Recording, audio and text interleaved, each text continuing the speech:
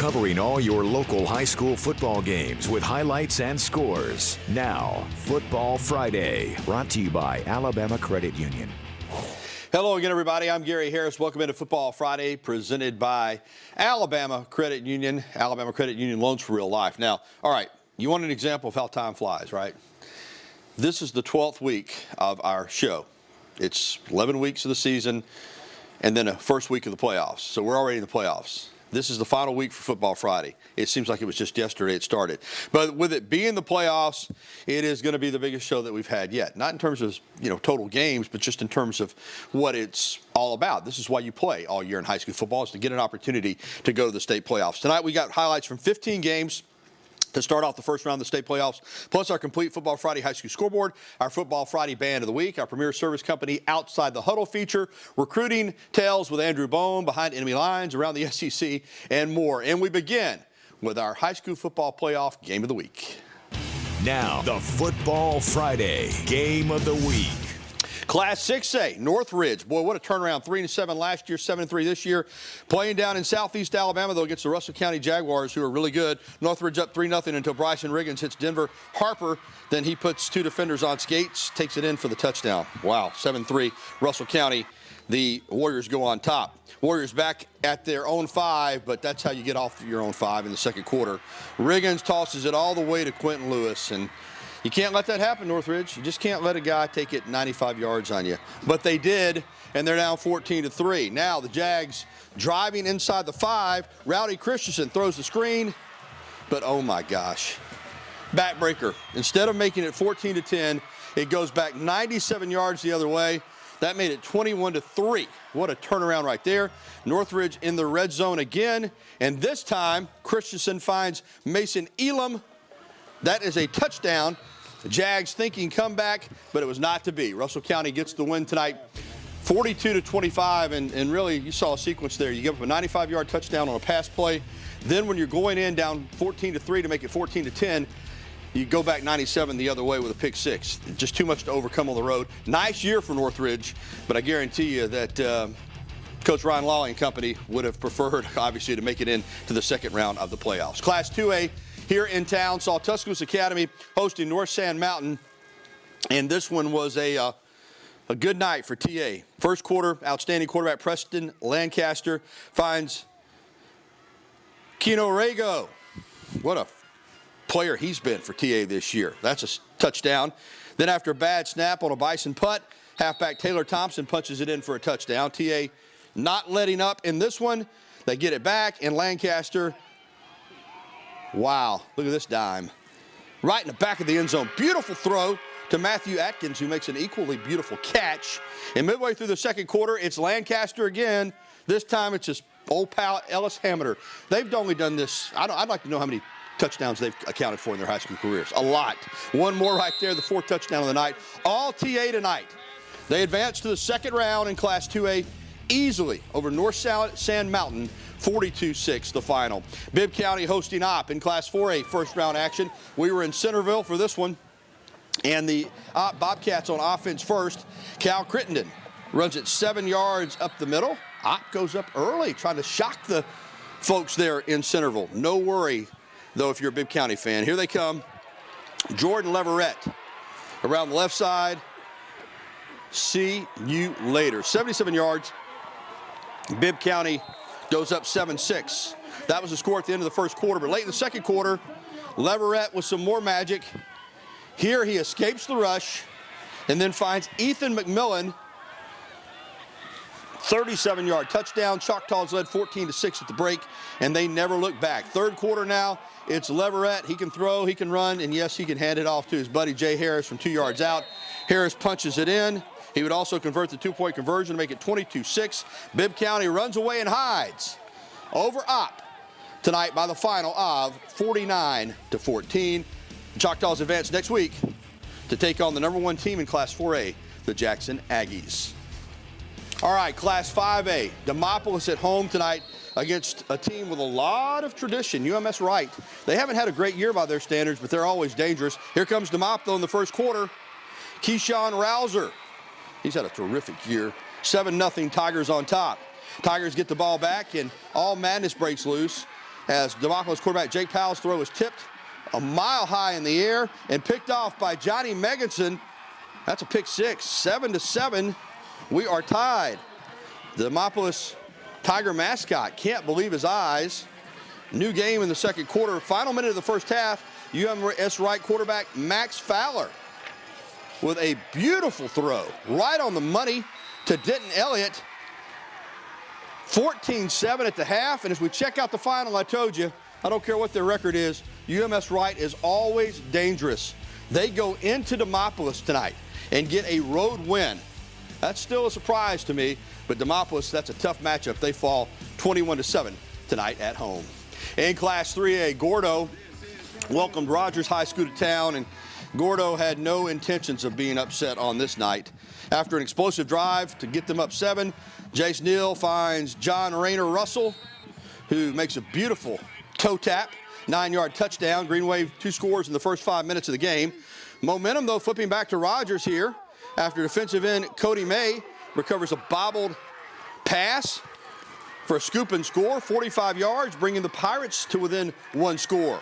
But the momentum was short-lived because Neal is going to call his own number here, cut it all the way back across the field. He's a big man, but he's got serious speed.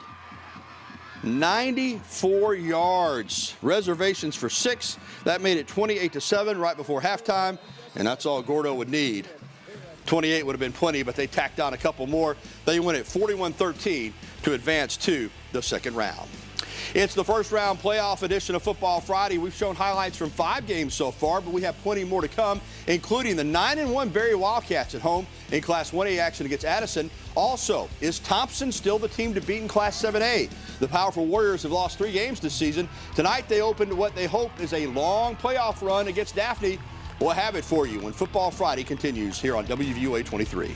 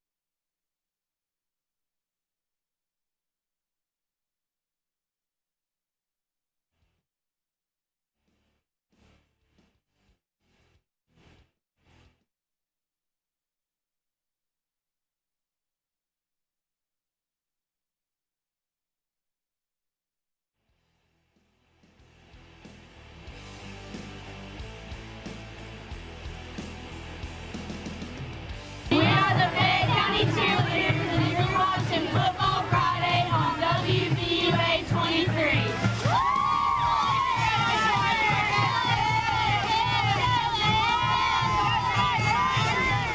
And the Fayette County cheerleaders welcome us back into Football Friday. I'm Gary Harris. Speaking of Fayette County, Berry High School is in Fayette County, and it's been a fantastic season for the Berry Wildcats, with their only loss on a 9-1 campaign being a 28-26 heartbreaker to Lynn.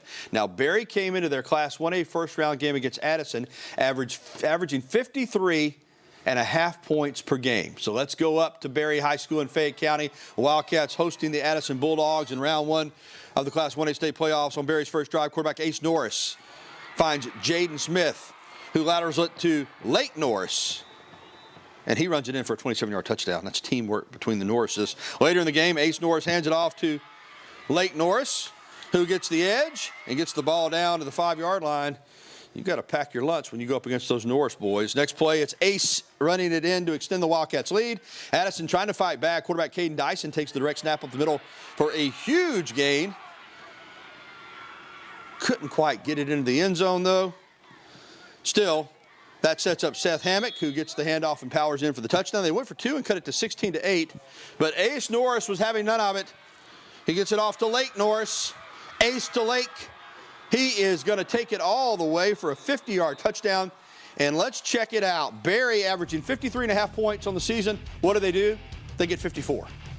Right at their average. 54-38. They win a score fest against Addison, advance to the second round. Class 5A now, and it was Sipsey Valley hitting the road with the drone shot there to take on Viger down in Pritchard. Viger ranked 5th in Class 5A. And Sipsey Valley's LJ Cormier, it's tipped and then picked by Kingston Bush. And the Wolves take advantage. Jamarian Osborne on the jet sweep. Jets around the right side. Cuts it upfield and muscles his way into the end zone. 7-0 Viger on top. Bears back on the move, and Cormier this time, not only does he throw the interception, but it's going to be even worse. He rolls right, under pressure. Going back the other way, a pick 6. Point after no good, but it's still 13-0. And then Carlos Benjamin Jr. takes the direct snap and just jogs around right in for the touchdown, 20-0 after 1. And it's all Viger tonight. Still a really good season for Sipsey Valley to make it to the playoffs, but they went down there to Southwest Alabama tonight and fell on hard times, as so many teams do when they play Viger. Class 7A, Thompson and Daphne in the first round. Auburn coaches DJ Durkin and Charles Kelly checking out the action tonight. First quarter, Daphne feeling the pressure. Thompson's Jared Smith and Kevin Davis sandwich quarterback Jalen Thibodeau. Big sack for the Warriors. Thompson's offense then looking to get it going. Michael DeJean, who's had a great year, right up the gut, 6 yards, touchdown, 7-0. Second quarter, Thompson up 10-zip. Daphne's Jalen Thibodeau with the quarterback keeper, but it's punched out. And Kevin Davis gets the scoop and scores 17-0. You kind of see where this one's headed. Still second quarter, Thompson quarterback Trent Seaborn drops back and hits Darian Mosley right over the middle. And he jets it into the end zone to make it 24-0. Late second quarter, Thompson adds one more direct snap to DeJean, who keeps it for a 2-yard touchdown run. 34-0. All Thompson tonight as they advance into the second round in style. 50-0 over Daphne over in Alabaster this evening. McGill-Tulane at unbeaten Spain Park in Class 6A. The 4th-ranked Jags hosting the school that beat them in the 2015 state title game. And this was a crazy game. Brock Bradley with a big 3rd and long pass for the Jaguars to Corey Barber. That sets up Dakari Shanks, who punches it across. 7-0 Spain Park. The Jags defense forced a quick 3-and-out, and C.J. Calley puts Spain Park back in good scoring position. And he follows up that big run with a short touchdown up the middle. Spain Park up 14-0. McGill-Tulane pulled to within 1 score, but then the Jags strike again. Mason McClure gets it on the end around and goes 28 yards for the TD. After making it 21-14, McGill gets to Bradley, causing a short floater. And when that happens, oftentimes, it's up for grabs, and it is picked off to end the Spain Park possession. The Jackets would capitalize on the turnover, scoring 3 consecutive times to tie this one up. And then it was 24-21 at the half, but Spain Park gets the win. It was not easy tonight over in Hoover, but Spain Park wins it over McGill, 44-35, the final. More Class 6A. St. Paul's at Helena. St. Paul's coming up from Mobile to take on the Huskies. The Saints busted wide open in the second quarter with a pair of touchdowns. The first one here on the direct snap to Tate Johnston. He runs it in to make it 10-0 St. Paul. Johnston's touchdown pass then to Anthony Jones extends the Saints' lead. Helena struggled and could not keep up tonight. And St. Paul's on the road beats the Huskies. There's a safety, 26-0, the final score. Disappointing way to end the season for Helena. Well, what a night of high school football it's been, and we want to keep it going right here on Football Friday. Up next, the Mountain Brook Spartans had to travel tonight for a first-round game at Southside High School over in Gadsden. We got the highlights as Mountain Brook wears the Guardian helmets, caps, the only team to do it in the games in Alabama. Highlights coming up next on WVUA 23's Football Friday.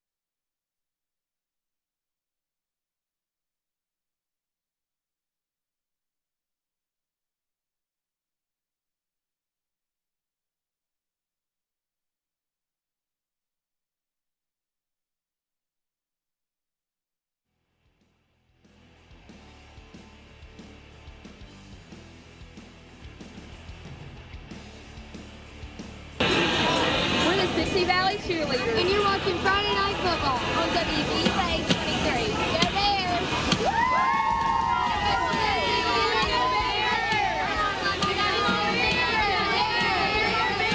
All right, we're back on this high school football playoff edition of Football Friday. I'm Gary Harris. Let's get right back to first round action. Class 6A round 1 with Mountain Brook. The Spartans traveling over to Gadsden to take on Southside High School. Spartans deep in their own territory, but Stuart Andrews cuts it to the outside and turns on the Jets with a nice stiff arm to gain a first down. Again, the Mountain Brook team wearing the Guardian caps in the games. The extra protection for their helmets. Spartans up 3-0. Caden Hoffbauer steps back and finds Archie Andrews, make it 10-zip. In the second quarter, it's the Hoffbauer-Andrews connection one more time, because if once is good, twice is even better. Hanging on to that jersey is the defender, but it's not enough. 50-yard touchdown makes it 17-0. Later in the second quarter, Andrews takes it in, and it's 24-zip. Then a minute left until half. Hoffbauer finds John Colvin, who puts on the spin moves and gives Mountain Brook a 31-0 lead at the half. So Mountain Brook cruises tonight on the road. 45-7, the final score. Big win for the Spartans. 5-5 Coleman at 9-1 Parker in Class 6A. Parker, one of the better teams in the classification. Early on, the Herd would do it on the ground. 10-play drive, all runs, culminating with this 5-yard scamper from Terrence Gaines. 7-0 Thunder and Herd on top. On Coleman's second play from scrimmage, quarterback Troy Mann will go to the air, and that's a big mistake. Bubble screen is fluttering, and it is picked off by Timothy Merritt. He just waltzes it in for Parker. Following a Herd punt, it's 3rd and inches deep in the Coleman red zone, and Frank Warren sends it to the house. Joseph Holt comes back screaming off the edge for the tackle for loss, and the Bearcats were forced to punt. And then 3rd down for the Herd in the red zone, and Dylan Reese finds Jacoby Quates down to the 1, and 2 plays later, Gaines is in for his second score of the night. Parker up 21-zip, and they go on to shut out Coleman tonight, 35-0 the final. Parker, as expected, advances to the second round. More from Class 6A, a pair of 8-2 teams. Homewood hosting Athens, and the Homewood Patriots band, one of the best in the country, doing their thing for the playoffs tonight. Athens led 21-17 at half, but here comes the Pats getting downfield.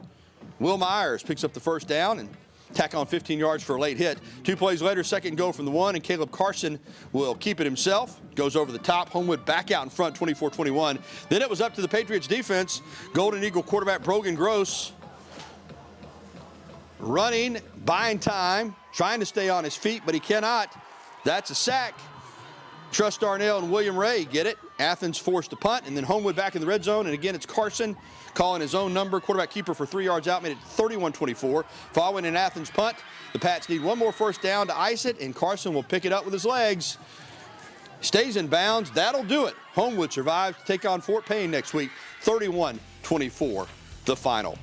Class 3A on Thursday night, Hale County from Moundville traveling down to Bayside Academy in Daphne. Again, this is Thursday night action.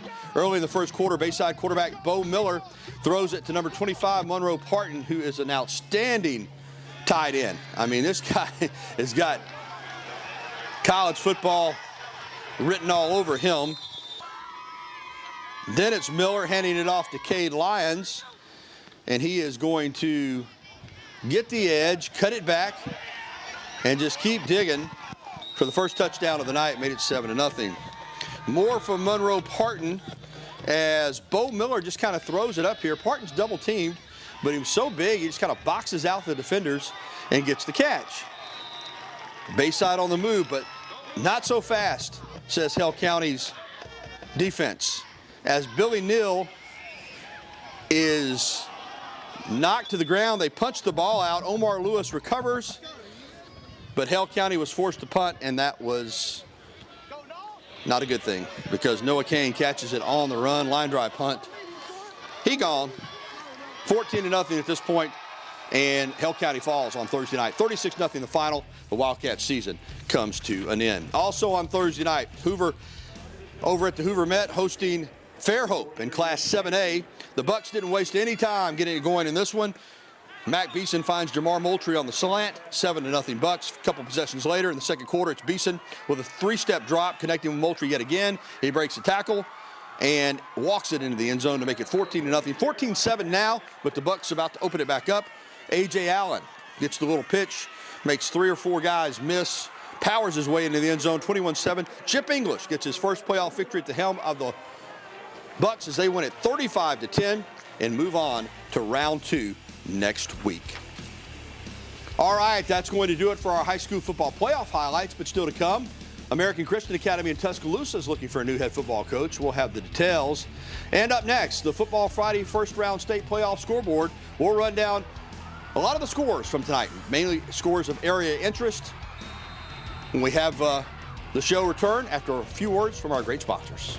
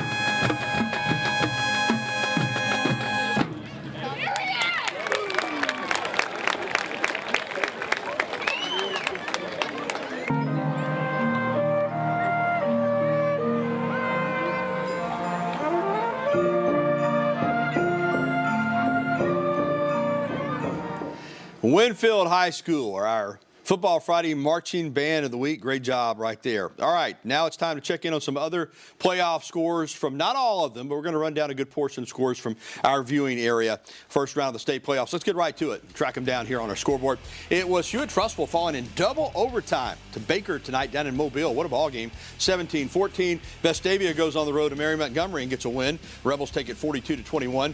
Both of those 7A and 6A game. Also in 6A, Bessemer City falls at Pike Road. 37-7. It was Hueytown in Class 6A hanging on against Percy Julian out of Montgomery, 28-21 the final there. It was Saraland in 6A all over Chelsea tonight, 42-3. Of course, that's the alma mater of Ryan Williams. McAdory, by the slimmest of margins, gets the win over Wetumpka in Class 6A, 24-23. It was Clay Chalkful for 74 points. Give Gadsden City credit. They scored 51 and still lost by 23 in Class 6A. The Cougs, the defending 6A champions, take it 74-51. Oxford in Class 6A moves to 11-0 as they blank Buckhorn 42-0 the final there. It was Hartselle all over Minor in 6A action, 64-7. Williamson over Northside in 5A action. The Rams go down to Mobile and fall tonight hard, but still a good season for Northside as they make the playoffs. Ashford over Oak Grove, 35-20. It was Fayette County who got in after a situation with some forfeits, but they make the playoffs, but they fall tonight at West Morgan, 45-0. Pleasant Valley loses at home to Sulligent. Sulligent has played some good football this year. They won tonight big on the road, 56-22. Pisgah over Aliceville. The Yellow Jacket season comes to an end, 50-28 the final. It was Hackleburg all over Pickens County. Pickens County, though, this is the kind of program that they have. Even in a down year, they still make the playoffs in Class 1A, but lose tonight 41-6. Meek over Hubbardsville, 14-8 the final.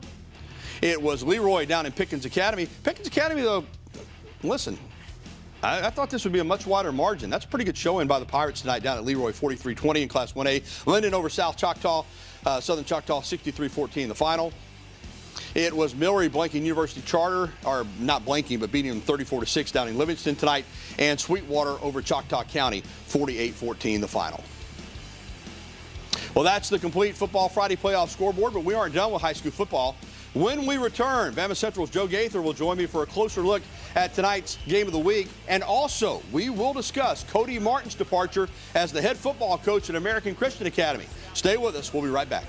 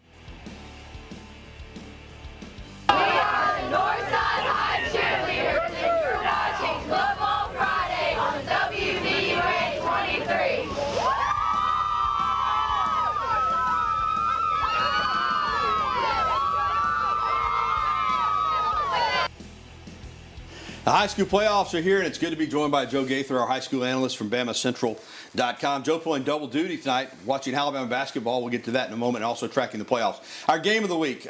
Joe, first of all, I just want to say something about Northridge. 3-7 last year. You know, Ryan Lawley is a winner, period. They bounce back. They go 7-3, get into the 6A playoffs. Hey, listen, we knew it was going to be a tough job tonight to go down to Southeast Alabama to play a really good Russell County team. They fall tonight on the road, but still, really nice bounce-back season for Northridge. And I think they set the table for next year, which could really be a good year. Oh, absolutely. You go down tonight, and it's not the result that you want to have, but you take the progress as a whole, and it is a big step forward. Obviously, making the playoffs and bouncing back from 3-7 last year. 6A, it's a very difficult region, especially right here in Tuscaloosa. Central's been coming along strong. I think Ryan Lawley and Northridge definitely set the table for years to come with the Jaguars. They did. They fall tonight in our game of the week. Let's come back to camera here because I want to talk about a couple of other games with teams here. Let's start with Tuscaloosa Academy. At home tonight, a really strong team in Class 2A, and they looked every bit the part of a team I think that can make a deep run. Absolutely. They've got Susan Moore next week. I wasn't able to determine if they're going on the road or at home, but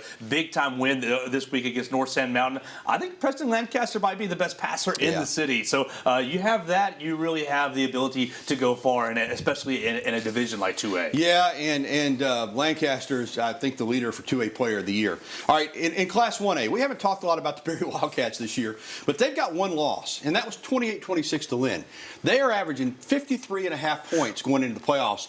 Joe, they got 54 tonight. Well, they're right at their average. They're really good. You're staying consistent. You see that tonight, hitting their average. And if you're scoring in the 50s in 1A, you're going to be really, really tough to beat. So you got to give them a lot of credit and look out for them to make a deep run. Yeah, second round next week. All right, let's get to some news here this afternoon. Stephen Hooks sends me a statement that Cody Martin has resigned his position after 4 seasons as the American Christian Academy head coach. Did a really good job his first 3 years there. This year, it was a poor year. ACA is a playoff stalwart. They didn't make it this year. I don't know the circumstances, but Cody Martin, who took over when Chris Smelly had to abruptly resign, did a good job. I'm not sure he was thinking about being the head coach when he took the job, but ACA going to go in a different direction. Yeah, each year under Coach Martin started off really strong, 11-2, then 9-3, 8-3, a little bit less progress in the playoffs, and then this year kind of fell off the cliff, 3-7. They lost to Tuscaloosa Academy, Northridge, and Northside, all local schools. I think only one of those was a region matchup, but the 3 teams that finished ahead of them in the region, they lost each of those games by an average of 21 points. So just really not a competitive season for ACA, a program that's been as competitive as any program since I've been covering high school football. Yeah, so we'll be watching to see who ACA gets as a head coach. All right, real quickly, you covered Bama basketball tonight. 88-79. They had their hands full with Brian Hodson and the Red Wolves. Didn't shoot it well from the free throw line or from 3. Absolutely. They got off to a really good start, and it looked like they were going to be on pace to have a really easy victory. But the last 6-7 minutes of the first half, Arkansas State closed it down, and then they even tied it 68-all with about a little over 6 minutes left to play in the game. Mark Sears, a real casual, 19 points, but a really, really terrible night at the free throw line as a whole, 60-something% for the team. They got to the line almost 40 times, but just couldn't convert. Yeah, and didn't shoot the 3 well either. But they got the win. That's how good they are. All right, Joe, thank you. Thank you so much, We'll Gary. be back after this.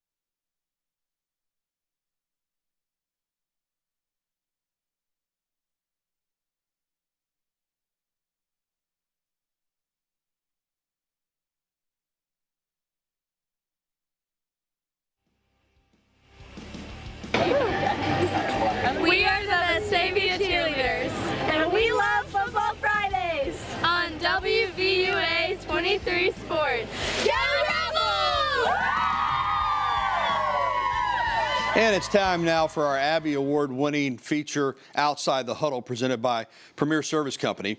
Tonight, an encore presentation that takes a look at the advantages and, for some, the disadvantages of synthetic turf fields versus natural grass fields. Here's Stu McCann.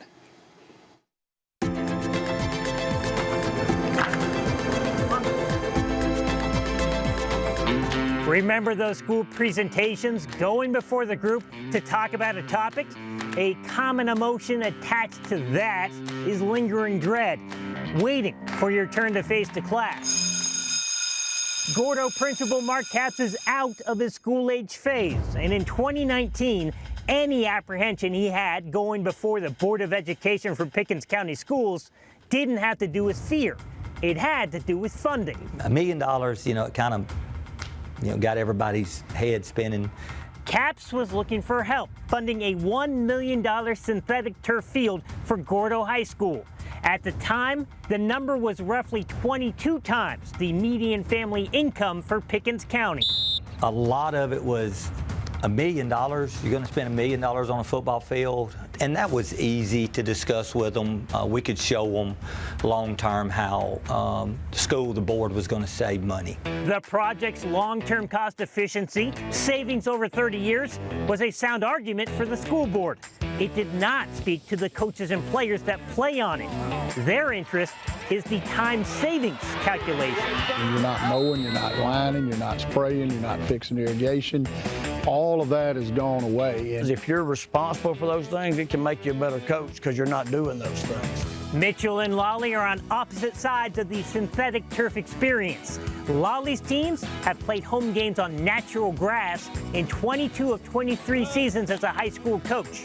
When Mitchell arrived at Hillcrest in 2021, he made getting a synthetic turf field a priority, just as it had been at his last 3 coaching stops. Now I think we've built in the last 5 years upwards to 100 athletic playing fields within our state. There's been stretches, and I'll say stretches as far as year to year, where 9 out of 10 fields that we've built have been synthetic turf. Daniel Ruggiero is the co-owner of Game Day Athletic Surfaces and a former director of field operations for a professional baseball team.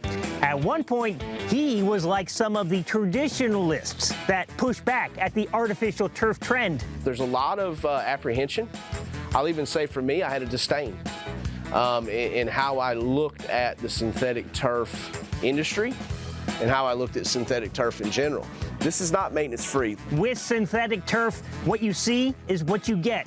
The variables lie in what you don't see. Small pieces of material made of rubber, cork, even coconut shell, which is spread evenly across the surface. And if you've been on it for 60 hours, you need to groom it, for a 24-hour period to kind of level things back out. But there is cost to upkeep that field, what does that look like?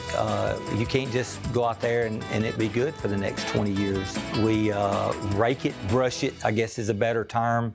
Synthetic turf also has a lifespan and needs to be replaced on average every 10 years. That process is $500,000. In deciding whether the investment in synthetic turf, $1 million to install and $500,000 every 10 years, is right, schools need to ask how much play is the playing field getting.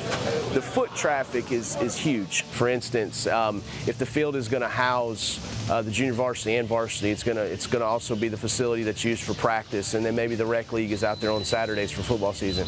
That's just not a realistic expectation for a natural grass field to hold up to without various sodding requirements and an intense maintenance schedule that a lot of times this is not realistic in a yearly budget for a lot of our high schools within our great state. Our baseball teams, our softball teams, they can practice out there, our band, on days that it's wet. One widely held misconception is synthetic turf is not as safe as natural grass. That long-standing belief goes back to the old artificial turf. When they think of turf, they think of, the old turf at Legion Field, which is basically like, being on green concrete. I just don't think you're going to get much difference in as far as the ability to plant and cut. I don't think there's much difference. So to sit and say that one playing surface is safer or inferior to the other, and that's just all there is to it, is just not true. There is one edge that grass has on synthetic turf. Science cannot handle the heat as well. On the hottest days, the temperature on a synthetic turf field will be as much as 50 degrees more. 95 degrees outside becomes 145 on the field. I mean, July and August, it's hotter. I mean, there's no question about it. They're spending millions of dollars right now trying to figure ways to keep the turf field cooler. Trends are cyclical. Ruggiero says in the past 2 years, his company has seen a 50-50 split in synthetic and natural grass projects. It's like the old expression says, the grass is always greener on the other side.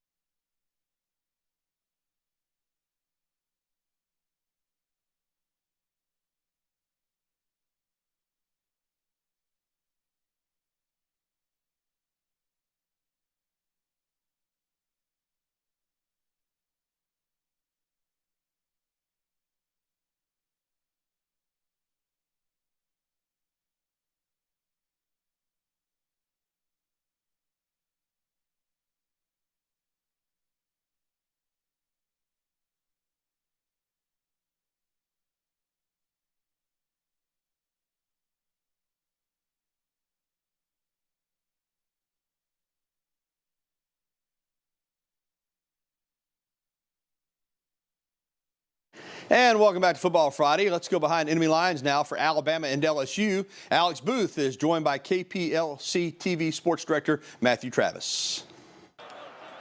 The Tigers showed down in Death Valley on Saturday night in what has been labeled as a playoff eliminator for one of these teams. The feeling amongst those in Baton Rouge has changed in recent weeks after a road loss at Texas A&M.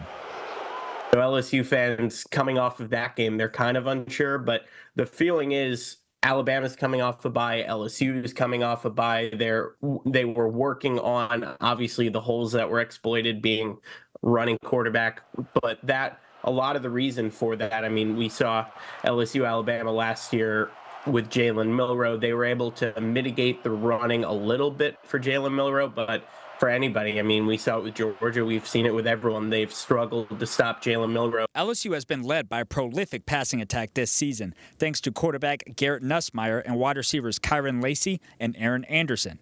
KPLC 7 Sports Director Matthew Travis says it will be the biggest test yet for the Tide's young secondary. Definitely the offense and Garrett Nussmeier. I mean, their defense has taken them out of games. Their wide receivers, obviously, Aaron Anderson coming from Alabama, he's been a big part for them. Kyron Lacey, he has drop problems, but when he has the ball in his hands, he's one of the most dynamic wide receivers in the country. So the two of them have been great for LSU this season, and Garrett Nussmeier, aside from that Texas A&M second half, he's been able to find them. Alabama had won 5 straight games against LSU in Death Valley before losing 32-31 in overtime in 2022. If the Tide want to get back to their winning ways in the Bayou, it will take composure on the road. Alabama has to let that not affect them if they're going to win this game, and for LSU, they have to try and let that affect Alabama, capitalize on those big plays, get big stops on the other side of the ball. I don't expect this to be a low-scoring game. I expect both teams to be in the high 20s, and it's going to be a great game. It should be one of the better ones this season.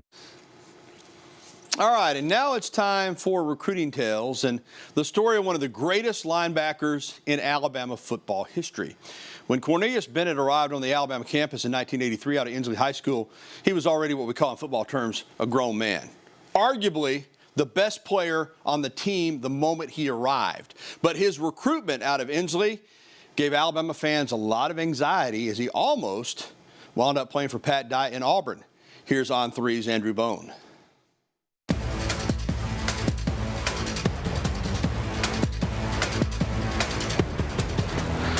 Cornelius was one of the top high school, football players in the country, but he played on both sides of football. He was a running back, he was a tight end, he was a linebacker. I think he even played a little bit of defensive line. I mean, kind of did it all in high school. And I talked to him and I said, what were you, really thinking during your high school recruitment? Were you, all Auburn? Were you all Alabama? And first thing he said was, well, I was a private commitment to Auburn, which stunned me. I had never heard that before, that he had privately committed to Auburn, privately committed to Coach Pat Dye. He, in his mind, wanted to play on the offensive side of the ball, loved playing on offense, loved having the ball in his hands, but at the same time, he's 6'2", 6'3", 230 pounds. I think he started thinking a little bit more like, maybe defense is where my future should be. But he ends up committing to Auburn. Coach Pat Dye and that staff sold him on being this two-headed monster in the backfield. He ends up rethinking the decision, deciding that Alabama was probably the best move for him, because they had recruited him mainly as a defensive player. That was probably the most interesting thing about Cornelius Bennett's recruitment, was that he had privately committed to Auburn very early in the process. Was quiet about it, did not tell anybody. Of course, you don't have social media back then. You don't have, you didn't have recruiting reporters back then. You had some, you would have reporters going to your high school game on Friday night, but he wasn't telling anybody that he was privately committed to Auburn or anything like that. So he kept things very quiet, all the way until, kind of the very end of his recruiting cycle, and then ends up signing with Alabama.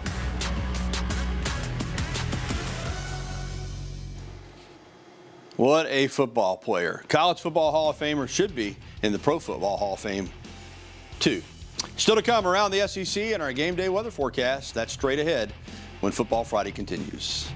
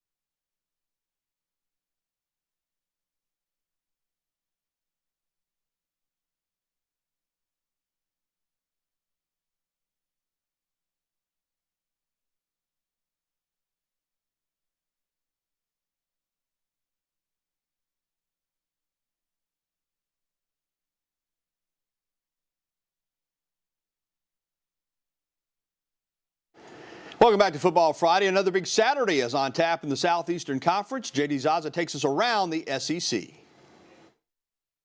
The SEC Championship is less than a month away, and 7 teams are still in the mix. One is the Ole Miss Rebels, who look to make their first SEC Championship game in school history.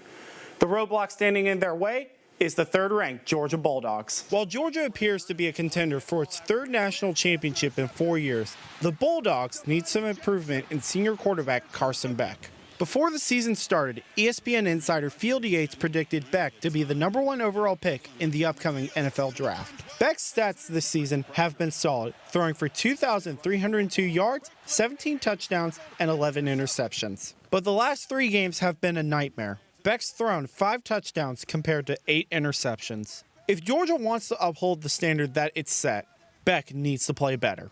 Keep his head up. I mean, we're not throw it. Like, he throws the ball well. We think that we got a really good pass game. We got great pass pro. We got good wideouts. And we got a really good quarterback. I mean, some of the throws he makes, guys, are big-time elite throws. He just has a couple times where he threw the ball over the middle late. You can't do that. You can't turn the ball over and be a good football team. He knows that. Now we head to Tennessee as the Volunteers take on the Mississippi State Bulldogs. Under head coach Josh Heupel, the Vols have been known for a fast and high-scoring offense. This year, Tennessee has been defined by its defense. With the coaching of defensive coordinator Tim Banks, the Volunteers rank 4th in the country in total defense. The most points given up by the Volunteers defense is 19 this year in their only loss to Arkansas. If Tennessee makes the college football playoff for the first time, it will be on the back of one of the best defenses in the country. On Thursday morning, the University of Florida athletic director Scott Strickland announced that Billy Napier will return to coach the Gators in 2025. This announcement comes after Florida almost upset Georgia in the world's largest outdoor cocktail party. In the second quarter, quarterback DJ Lagway suffered a hamstring injury that sidelined him for the rest of the game. It's the second time in 3 games that Florida has lost its starting quarterback to injury. Graham Mertz suffered a season-ending ACL injury in last month's loss to Tennessee. When asked about Lagway's injury, head coach Billy Napier has some good news for Gators fans. We do think that the injury is less significant. We do think there's a pathway for recovery and a return. And we did find that out yesterday evening. So a lot of good on that front, so less significant than we anticipated. And he's been doing well so far this morning. So we have not completely ruled him out. And I think a lot of that will be to be determined as we move our way throughout the week. Florida travels to Austin tomorrow to take on the Texas Longhorns. As of Wednesday night, Lagway is listed as questionable in the game. If he cannot go, the Gators will start freshman Aiden Warner. That'll do it for Around the SEC. For Football Friday, I'm JD Zaza. Thank you, JD. And before we close out Football Friday, let's check in with WVUA 23 weather specialist Molly Starr, who has our game day forecast for Baton Rouge, as well as right here at home. Molly? Hey, Gary, let's take a look at that local forecast and that forecast if you're down in Baton Rouge going to the Bama LSU game. Like I said, Bama traveling to Baton Rouge. We're going to take on LSU. We've got a 6:30 p.m. kickoff, so if you're out and about before that about 4 p.m. mark for tailgating, you can expect some humid weather. We've got temperatures in the 80s down there. We've also got some rain headed to Baton Rouge. Now that fourth quarter ending the game at about probably around 10 p.m. Now that rain could still be continuing. We've got 75 degrees. If you're staying here in Tuscaloosa or in Alabama, seeing as Auburn is also off this weekend, we've got weather just like Baton Rouge. We've got upper 70s and mid 70s and rain on the way. We've got more cloudy skies continuing. We've got gusty winds and showers on the way. And there's a look at your local forecast. Back to you, Gary. I'm certainly not a meteorologist, but we just don't have a fall anymore, do we? It just stay summer right through football season. All right, thank you, Molly. And let me say thank you to all our great sponsors. Thanks to all our viewers. And as we go to the credits here in a moment, I want you to watch all these names that pop up on your screen, because we could do no Football Friday shows without all of these people. This is the final week of Football Friday. Now, we'll continue to cover high school football all the way up until the state championship games, but 12 weeks of Football Friday in the books. So thanks to everybody here at WVUA 23 for making the show possible. It's been another great season. Obviously, I'm disappointed that Our transmitter has been down, and we haven't been at full power. But still, we've had a lot of people that watch us on the app, that have watched us on the live stream, that watch us when we post it on social media, and we appreciate all of you. All right, this weekend, we are going to have great Alabama LSU coverage both tomorrow night and on Sunday night on the news at 10. And then next Friday night, I will be here for Friday Night Sports with high school football highlights. But this is the final week of Football Friday for 2024. So have a great weekend, everybody, and hopefully the Tide will bring back a W from Baton Rouge tomorrow night.